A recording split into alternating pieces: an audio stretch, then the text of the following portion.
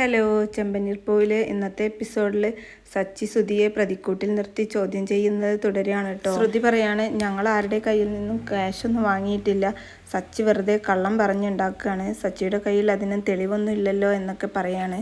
തെളിവല്ലേ നിനക്ക് വേണ്ടത്, ജഡ്ജമ്മ അനുവാദം തരികയാണെങ്കിൽ ഞാൻ ആ സാക്ഷിയെ വിളിക്കാം എന്ന് പറയാണ്. അങ്ങനെ സച്ചി നീലിമയെ അകത്തേക്ക് ക്ഷണിക്കുകയാണ് കേട്ടോ.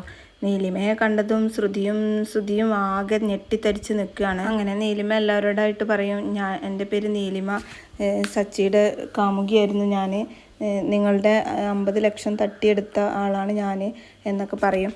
അന്നേരം രവിയേട്ടനാണെങ്കിൽ ഇവളെ കണ്ടിട്ട് ദേഷ്യം വരുന്നുണ്ട്.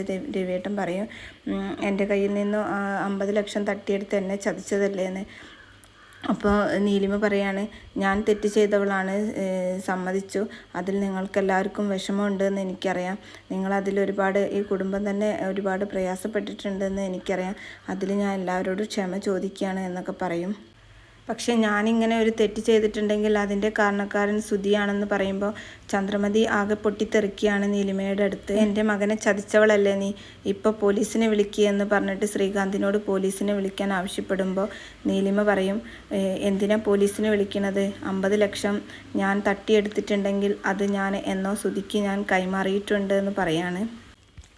ഈ ഒരു സത്യം കേട്ടിട്ട് വീട്ടിലുള്ള എല്ലാവരും ഞെട്ടലോടെ നിൽക്കുകയാണ്. പിന്നീട് നീലിമ പോലീസ് സ്റ്റേഷനിൽ വെച്ച് ഇവർക്ക് 50 ലക്ഷം കൊടുത്തതിന് തെളിവായിട്ട് സാക്ഷിയായിട്ട് സച്ചി ഒപ്പിട്ട് കൊടുത്ത പേപ്പറൊക്കെ ഇവരുടെ മുന്നിൽ കാണിച്ചു കൊടുക്കുകയാണ്.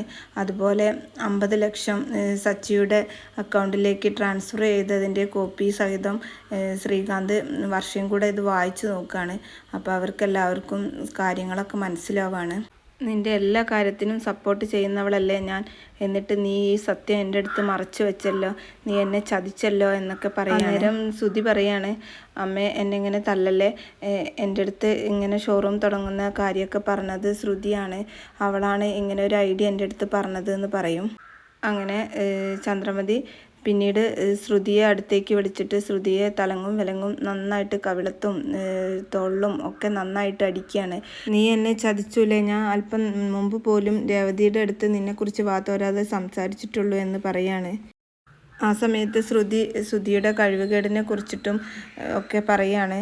അങ്ങനെയാണ് ഞാൻ ഇങ്ങനെ ഒരു ഷോറൂം ഇട്ട് കൊടുക്കാൻ കാരണം എന്ന് പറയുമ്പോൾ ചന്ദ്രമതി വീണ്ടും നിർത്തടി നിൻ്റെ പ്രസംഗം എന്നൊക്കെ പറഞ്ഞിട്ട് വീണ്ടും കവിളത്തൊക്കെ അടിക്കുക തന്നെയാണ്.